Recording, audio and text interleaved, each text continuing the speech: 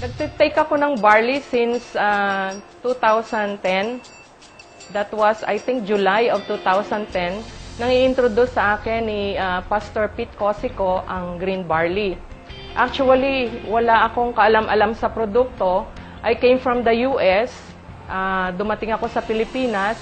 More than a year na ako dito sa Philippines nang bisitahin ako ng kaibigan ko. Ang sabi ni Pastor sa akin, i-try mo tong product na to kasi dito nawala yung insulin ko. Remember, sabi niya sa akin, I'm taking insulin before dahil mataas nga yung blood sugar ko.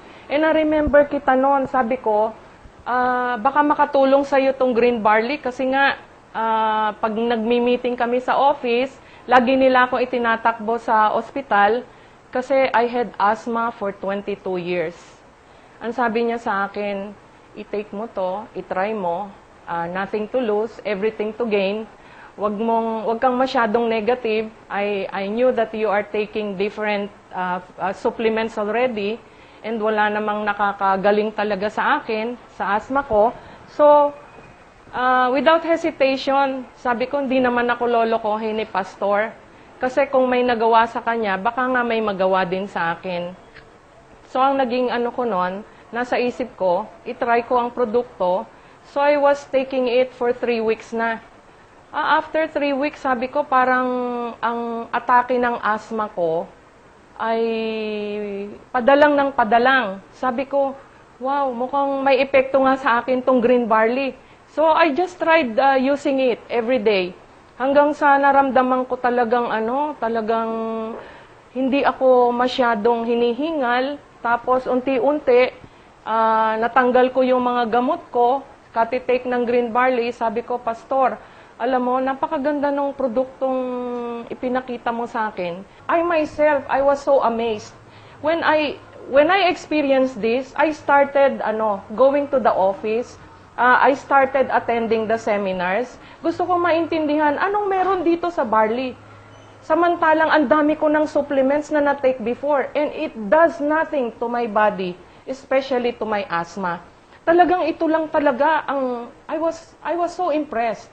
Kaya nga nung nagulat ako kung ano nagawa sa katawan, talagang araw-araw yan. Pumupunta ako sa opisina, gusto ko maintindihan, anong meron sa produkto? Anong ginawa nito sa katawan ko?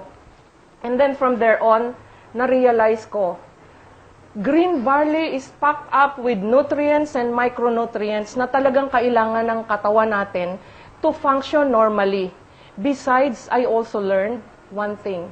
Ang green barley is capable of repairing your damaged cells and helps in the creation of new good cells. Kaya nga, it boosts my immune system. Kaya nga, I was so amazed kasi lumakas ang katawan ko, nothing compared to before. Ang energy ko, ang stamina ko talagang ibang-iba. Ibang-iba talaga. I could feel it. Kaya nga, when you feel it, you want to share it.